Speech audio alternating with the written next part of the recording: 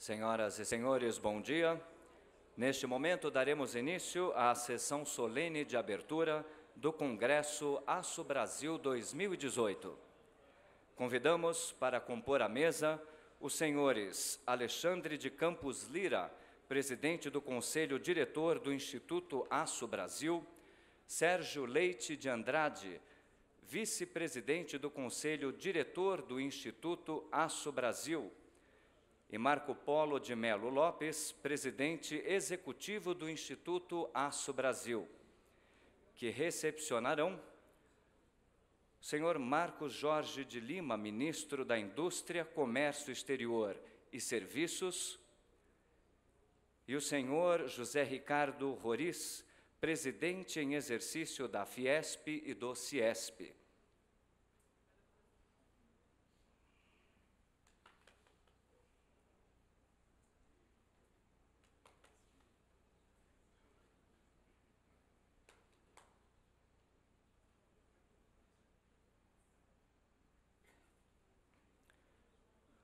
Convidamos o presidente do Conselho Diretor do Instituto Aço Brasil, Alexandre de Campos Lira, a declarar aberto o Congresso Aço Brasil 2018.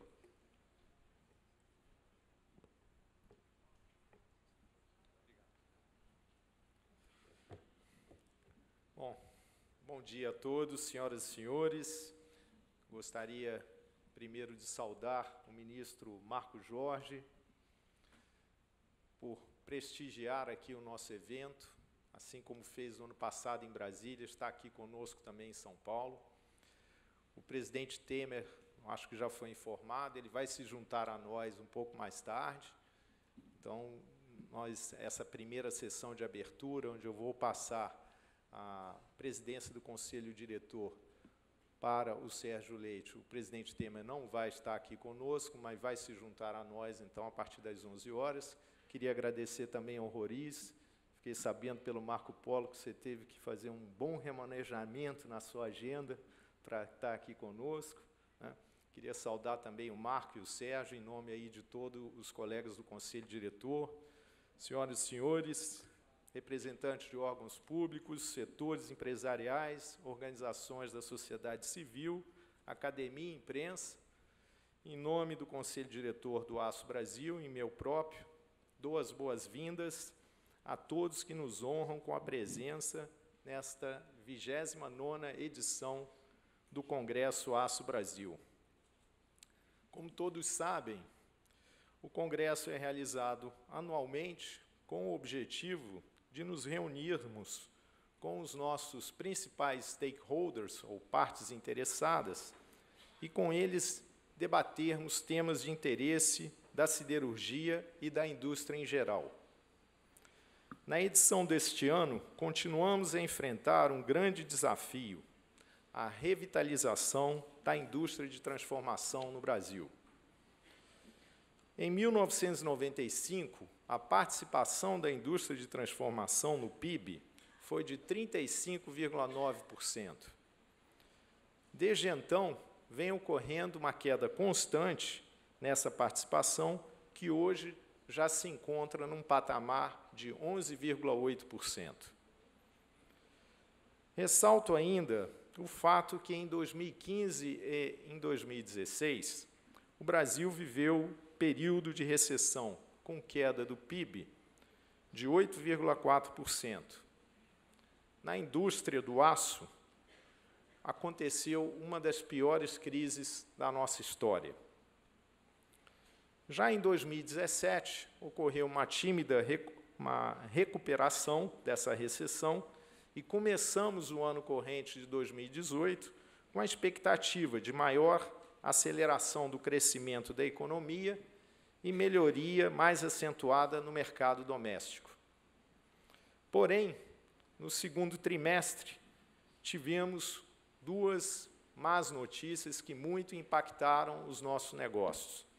Primeiro, no cenário internacional, o acerramento dos conflitos comerciais entre os Estados Unidos e o resto do mundo, a partir do anúncio do presidente Trump de sobretaxar as importações de aço e alumínio nos Estados Unidos, E aqui no Brasil, no segundo trimestre, tivemos o impacto da greve dos caminhoneiros, que paralisou o país por várias semanas.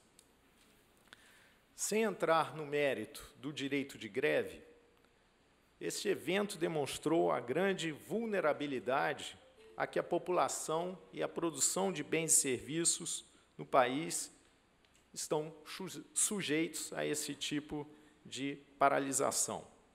As empresas siderúrgicas tiveram um prejuízo da ordem de 3,3 bilhões de reais em decorrência da greve e de seus desdobramentos. Unidades de produção tiveram que ser paralisadas devido ao desabastecimento de matérias-primas e insumos, e, desde então, as empresas se defrontam com preços mais altos dos fretes. Em consequência, houve piora de uma situação que já beirava o inconcebível. O frete, para transportar um produto siderúrgico do sudeste do Brasil para o norte ou para o nordeste, é mais caro do que trazer esses produtos da China. Isso já era antes da greve, da nova tabela de fretes, e essa situação piorou ainda mais. O inconcebível se tornou ainda pior. Também, em consequência da greve, o governo penalizou a indústria ao reduzir a alíquota do Reintegra de 2% para apenas 0,1%, gerando prejuízos às empresas que lutam para exportar seus produtos para países cada vez mais protecionistas. O fato que deu maior impulso à onda de protecionismo no mundo foi a decisão dos Estados Unidos de sobretaxar as importações de aço e alumínio, sob o argumento da segurança nacional. Lembro a todos que os Estados Unidos são o principal destino das exportações de aço do Brasil. O Aço Brasil, em conjunto com o Ministério do Desenvolvimento, Indústria e Comércio Exterior, o MDIC, e aqui, ministro, eu abro um parêntese e agradeço novamente ao senhor e à sua equipe pelo trabalho intenso, junto com o Instituto, junto com o Ministério das Relações Exteriores, com a Embaixada do Brasil. Foi um trabalho realmente excepcional no sentido de defender o interesse da indústria do aço do Brasil. Agradeço muito ao senhor e a toda a sua equipe.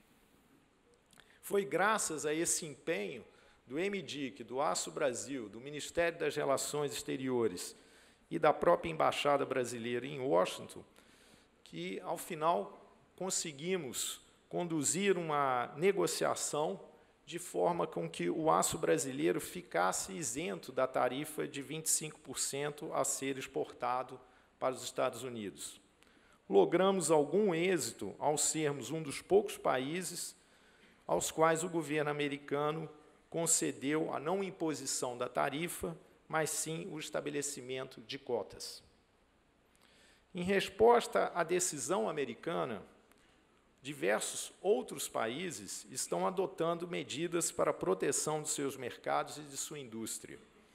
A exemplo, o anúncio recente da União Europeia de impor salvaguardas à importação de aço.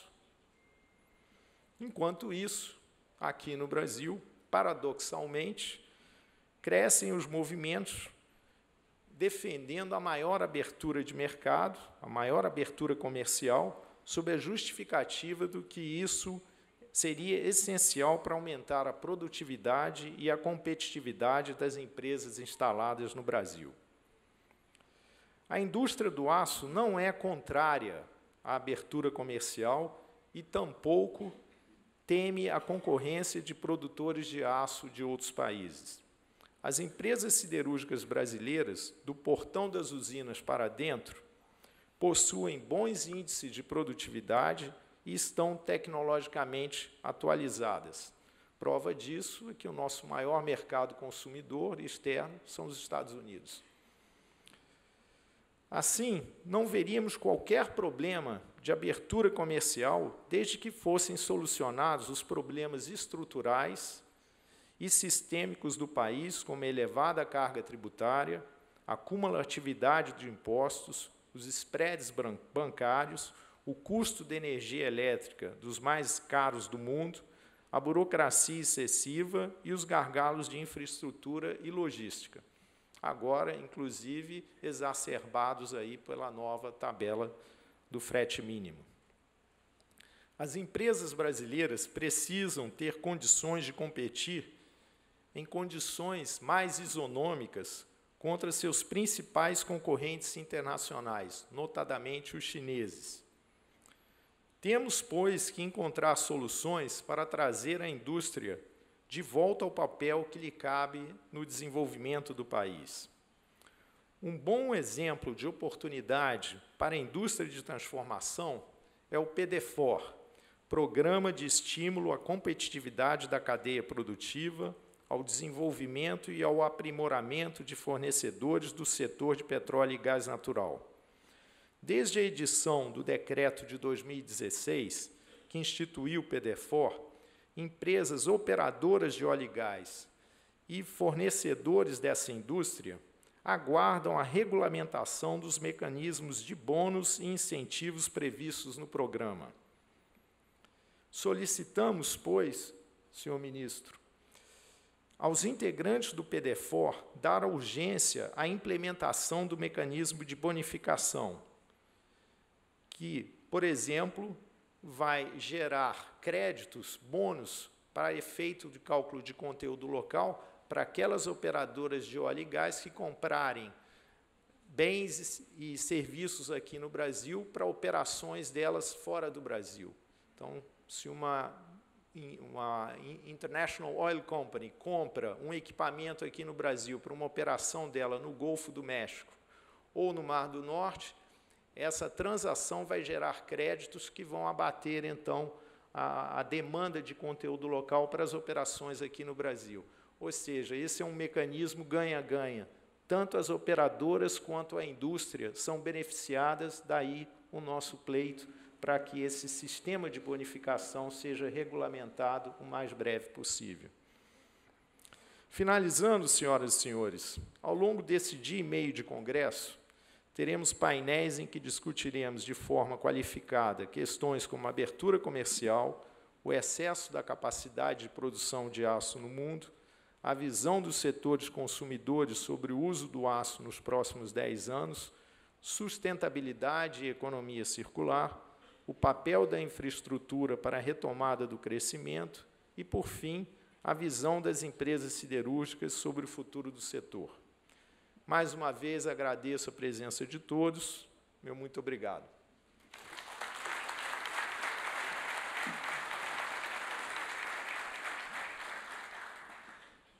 Neste momento, será empossado no cargo de presidente do Conselho Diretor do Instituto Aço Brasil, o senhor Sérgio Leite de Andrade, ao qual convidamos ao púlpito para a assinatura do livro de posse.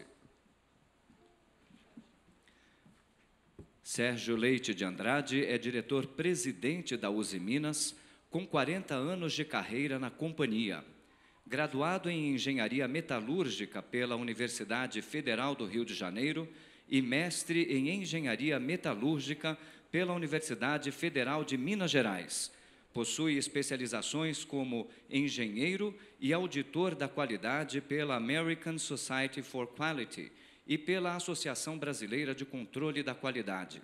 É membro do Conselho Diretor do Instituto Aço Brasil desde 2008 e integrante do Conselho Deliberativo da Associação Brasileira de Metalurgia e Materiais. Com mais de 60 trabalhos técnicos publicados em congressos no Brasil e no exterior, e experiência em docência em universidades do país. Foi também membro do Comitê de Tecnologia do International Iron and Steel Institute entre 1994 e 2000, além de vice-presidente da Sociedade Mineira de Engenheiros de 1999 a 2005. Em 1997, foi laureado pela Câmara de Vereadores de Ipatinga com o título de cidadão honorário do município. Convidamos agora o senhor Marcos Eduardo Faraco para assumir o cargo de vice-presidente do Conselho Diretor do Instituto Aço Brasil e assinar o livro de posse.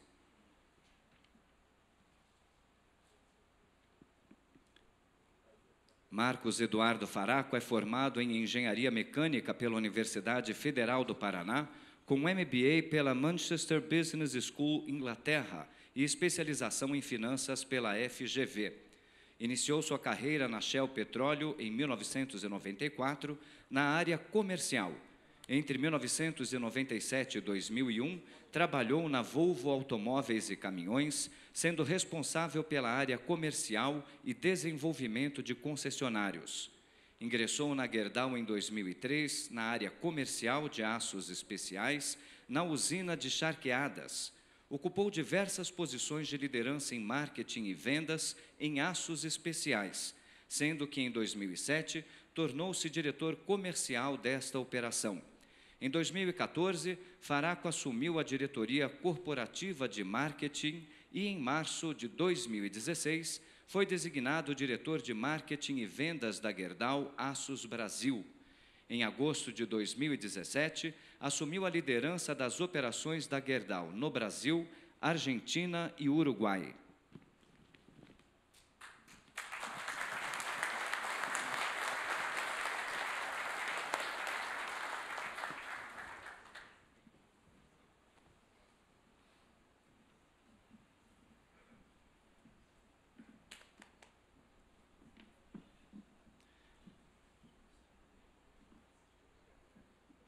Convidamos agora o senhor Marcos Jorge de Lima, ministro da Indústria, Comércio Exterior e Serviços, a fazer uso da palavra.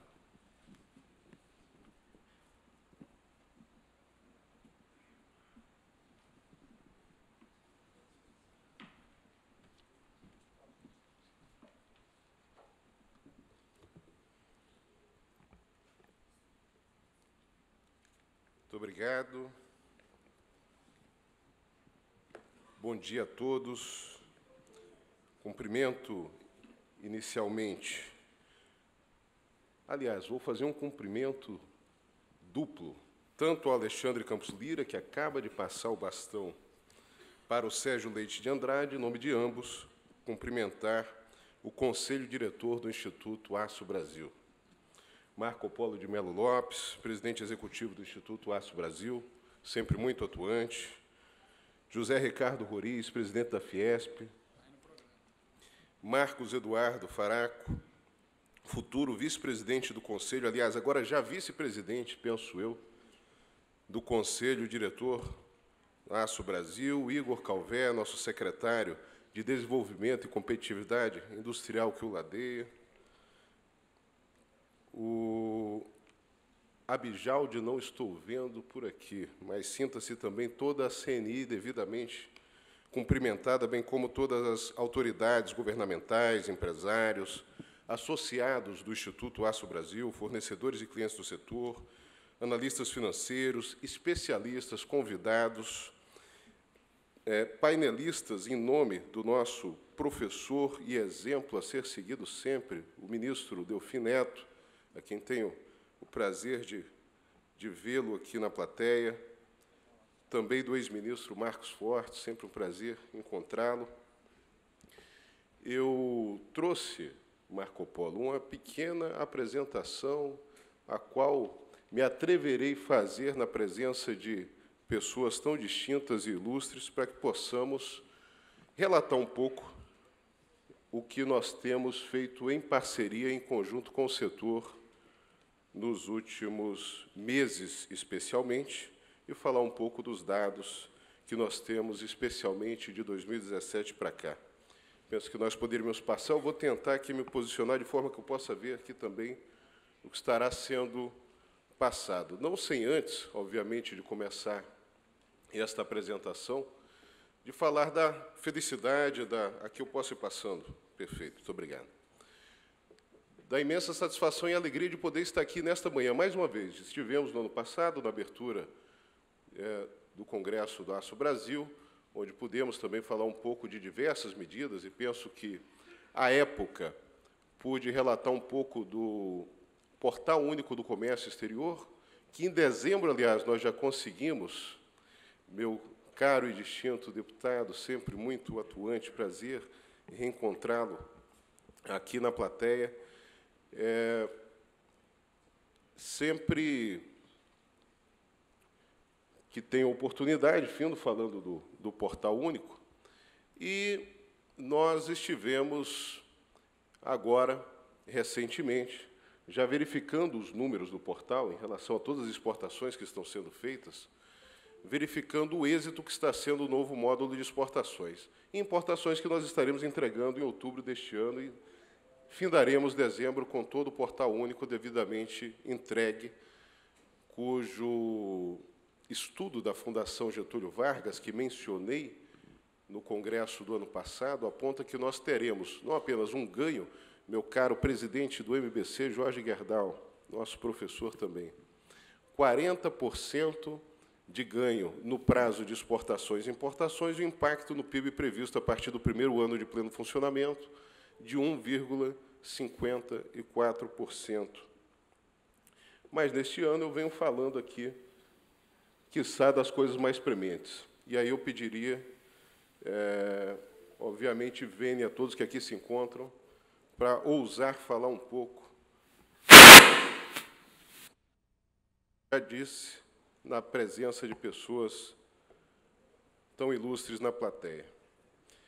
Penso que os principais desafios do nosso ministério são melhoria do ambiente de negócios do país, a qual nós perseguimos constantemente, tenho discutido sobre ambiente de negócios nos principais fóruns, nos principais encontros das entidades representativas setoriais, e nós temos que sempre continuar focando, e penso que o Alexandre Lira colocou aqui, que nós temos, de fato, um desafio que é melhorar o ambiente de negócios de forma muito sucinta. Penso que, quando falamos de menos burocracia, quando falamos de melhor condição para a produção e para a exportação, nós estamos falando de ambiente de negócio, isso não resta dúvida. Retomada do crescimento econômico nacional, aumento da competitividade do setor público, ganhos de produtividade, inovação e maior inserção no comércio internacional, tudo isso está intrinsecamente ligado ao ambiente de negócios do país. Estamos sempre focando, enquanto Ministério da Indústria, e vocalizando isso sempre dentro do governo, obviamente, incremento da densidade industrial e tecnológica das nossas exportações, crescimento sustentável e focando sempre o aumento das nossas exportações. Vou falar aqui um pouco de indústria.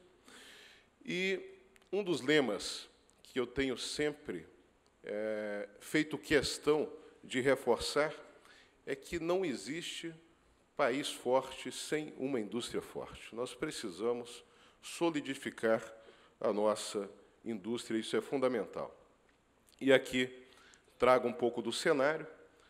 2016, nós estávamos amargando uma das mais profundas recessões econômicas da história do Brasil.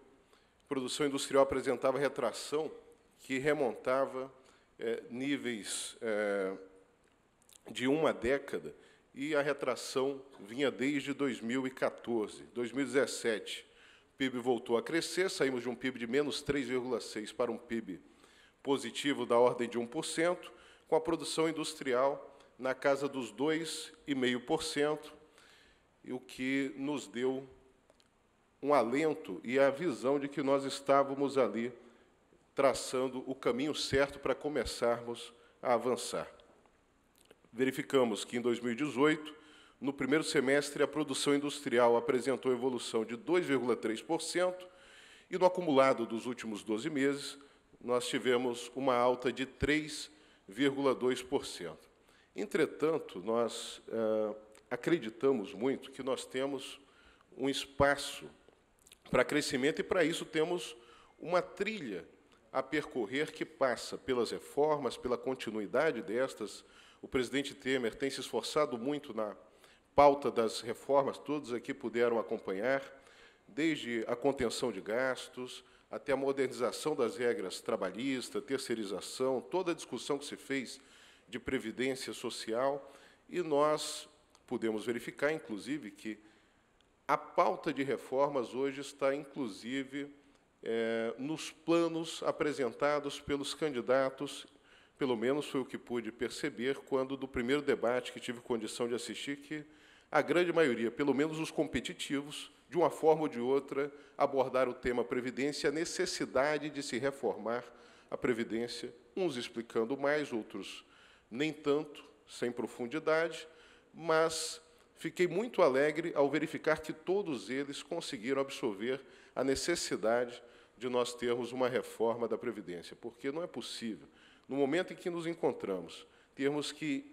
colocar 55% do OGU, do Orçamento Geral da União, para pagar gastos com previdência, aposentadorias e afins, e perdendo capacidade de investimento, que é fundamental para o incremento das nossas exportações e da nossa economia, que os candidatos não pudessem, de fato, estar pautados e demonstrando a sua disposição de fazer essas reformas. Então, eu quero acreditar que, dentro desse viés, nós, já agora verificando que o tema está na pauta das eleições, que, a partir do próximo ano, qual seja o candidato eleito, que ele possa, a partir de todo o trabalho que foi feito de mobilização, de conscientização da necessidade de se fazer a reforma por parte deste governo, que o candidato eleito possa, então, tocar, porque, de outra forma, nós não teremos capacidade de investimento e de uma plena retomada da nossa economia. Algumas ações do Ministério da Indústria para aumentar a produtividade e melhorar o ambiente de negócios do país. PDFOR, que nós vamos aprofundar um pouquinho agora, e, enfim, vou falar com um pouco mais de profundidade. Agenda Brasileira para a Indústria 4.0, nós lançamos durante o Fórum Econômico Mundial para a América Latina, aqui em São Paulo, em março deste ano, a Agenda Brasileira para a Indústria 4.0, por acreditar que nós temos plena capacidade de avançar com essa agenda, desde que o governo se torne um indutor da promoção dessa agenda importante para o Brasil, porque é uma realidade posta. Ou nós nos adequamos e avançamos com o que há de mais moderno para que tenhamos ganho de produtividade e competitividade no cenário internacional, ou nós ficaremos, obviamente, para trás. Então, nós lançamos essa agenda com alguns estímulos, com editais, inclusive, alguns em curso e já em fase de finalização, como das indústrias do futuro, ou test beds, onde nós estamos selecionando inicialmente 10 projetos piloto e mais 10 na segunda etapa, para que sirvam de exemplo, meu caro Márcio Forte, para setores que serão escolhidos no âmbito desses 20, mas uma agenda que permeia todo o tecido industrial brasileiro e possamos, a partir daí, ir alavancando principalmente as pequenas e médias empresas, as cadeias de fornecedores, que são, obviamente, fruto da nossa preocupação. Penso que as maiores empresas têm plena capacidade de integração e têm toda a condição de fazê-lo per si, mas nós precisamos fazer com que essa agenda adentre o nosso tecido industrial brasileiro. Então, fizemos a redução no Conselho de Ministros da Camex, também, para falar aqui de uma outra ação rapidamente, de 14% para 0% para a importação de robôs e impressoras 3D. Estamos com um edital que estará saindo logo mais do Conexão Startup Indústria, promovido pela BDI, pela Agência Brasileira de Desenvolvimento Industrial, onde nós estaremos conectando ideias inovadoras das startups com as necessidades das nossas indústrias, entre outras diversas ações. Vocês poderão, no site, inclusive, www.industria40.gov.br, verificar essas ações, e também no Hub 4.0, que nós lançamos recentemente com o ICC Brasil, onde está congregado todas as ações para a modernização das nossas indústrias, através do conceito 4.0, de forma simples e acessível, para que nós possamos avançar com essa agenda. Brasil Mais Produtivo, está aqui o Igor, o embaixador do Brasil Mais Produtivo, quase 3.000 empresas atendidas, com parceria, inclusive, das nossas federações, da CNI, com a atuação do Senai, 52% de ganho de produtividade dessas quase 3.000 atendidas, pequenas empresas, em todas as unidades da federação. PNCE, que visa alavancar as nossas exportações também voltado para menores empresas. Sistema brasileiro de propriedade industrial, eu penso que poderei falar um pouco mais à frente, tem um slide específico sobre isso. O Portal Único eu já pude falar um pouco antes sobre o Portal Único. Nós trabalhamos muito para a defesa e manutenção dos índices mínimos para a nossa indústria. Foi um trabalho árduo, que contou com a colaboração da nossa indústria, aqui do Aço Brasil também, quero inclusive externalizar meus agradecimentos, e nós tivemos, penso que uma vitória ao conseguirmos a manutenção de índices tanto onshore como offshore para conteúdo local. Simplificação das regras para licitações no setor de petróleo e gás natural, preservando a nossa indústria nacional, estímulo à atração de novos investimentos, cadeia de fornecedores também. Penso que, com as novas regras, nós temos a possibilidade de um desenvolvimento da cadeia de fornecedores, inclusive, aqui fazendo referência, não é, do setor do aço, que é uma importante frente de atuação nossa do MDIC. E aí, Alexandre, eu quero aqui dizer que nós estamos plenamente empenhados para a regulamentação do sistema de bonificação. Nós estamos aqui, aliás, reforço a recomendação ao secretário Igor, que é o responsável pelo tema no Ministério. Sei da importância, temos brigado por essa agenda desde que entramos em 2016, acompanhando o ex-ministro Marcos Pereira, e nós estamos com toda a atenção para que possamos avançar com essa agenda da regulamentação. Conteúdo local, enfim, foi o que nós trabalhamos para a manutenção, e creio que, com o PDFOR, nós temos aí a garantia de condições amplas para a contratação de bens, sistemas e serviços, ou seja, é um tema de veras muito importante que contou com a nossa atuação direta. Quero agora falar um pouco sobre exportações.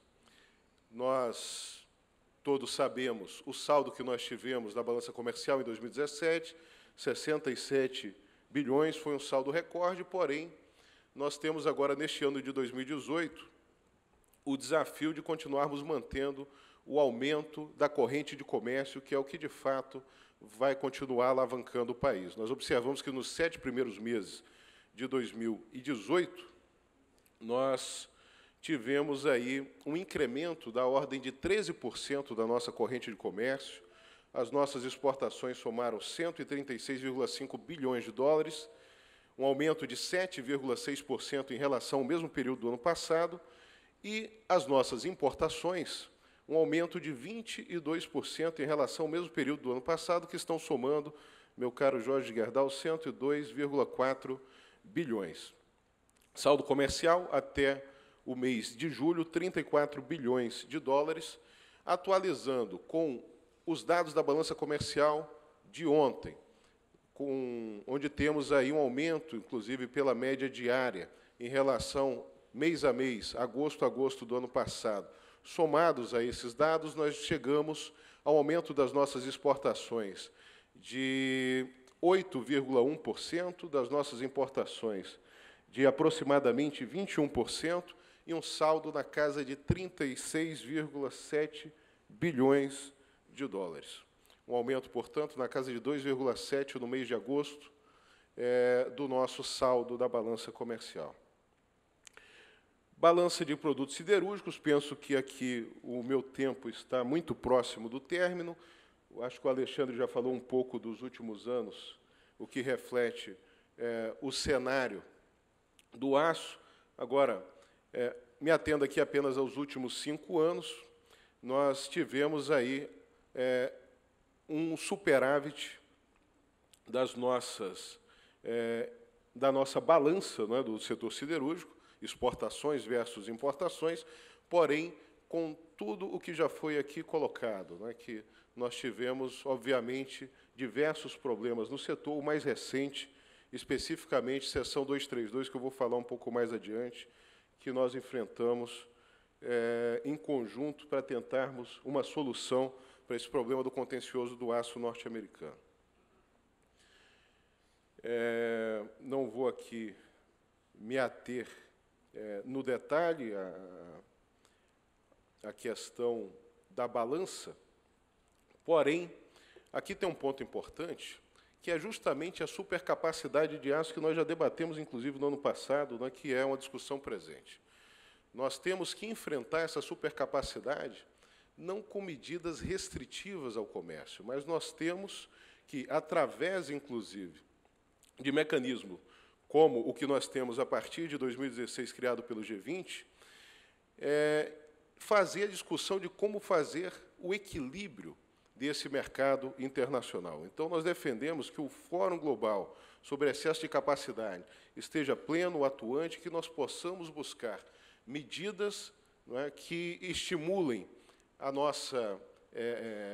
o nosso setor a continuar promovendo exportações sem medidas restritivas, de forma equilibrada, e promovendo o multilateralismo. Essa tem sido a nossa defesa.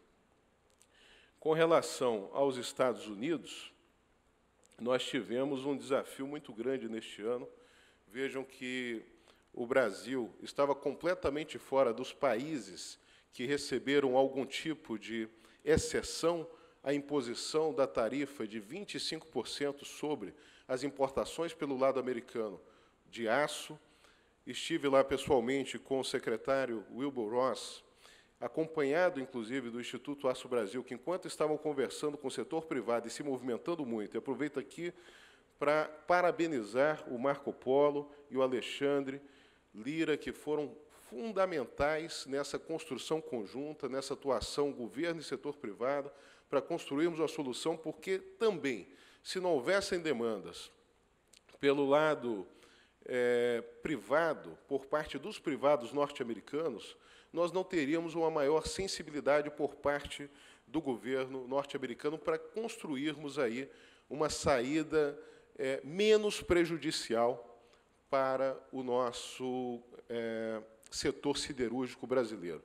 Então, estivemos lá fazendo uma larga exposição da complementariedade da nossa indústria siderúrgica, tanto do lado brasileiro como do lado americano, fazendo também uma demonstração histórica, até diria, das nossas relações comerciais entre Estados Unidos e Brasil, do quanto nós importamos, inclusive, de insumos, e aí, especificamente, do carvão que entra para a nossa siderurgia, onde nós somos o principal importador, e o quanto isso era prejudicial, tanto para a indústria brasileira como para a indústria norte-americana, porque 80% das nossas exportações, inclusive, são de aço semi-acabado, que entram como insumo para a própria indústria norte-americana. E aí, para nossa surpresa, do que foi anunciado até agora, o país que teve, quero crer, menor prejuízo para entrar no mercado norte-americano com produtos é o Brasil. Mesmo México e Canadá, que estavam aí com a expectativa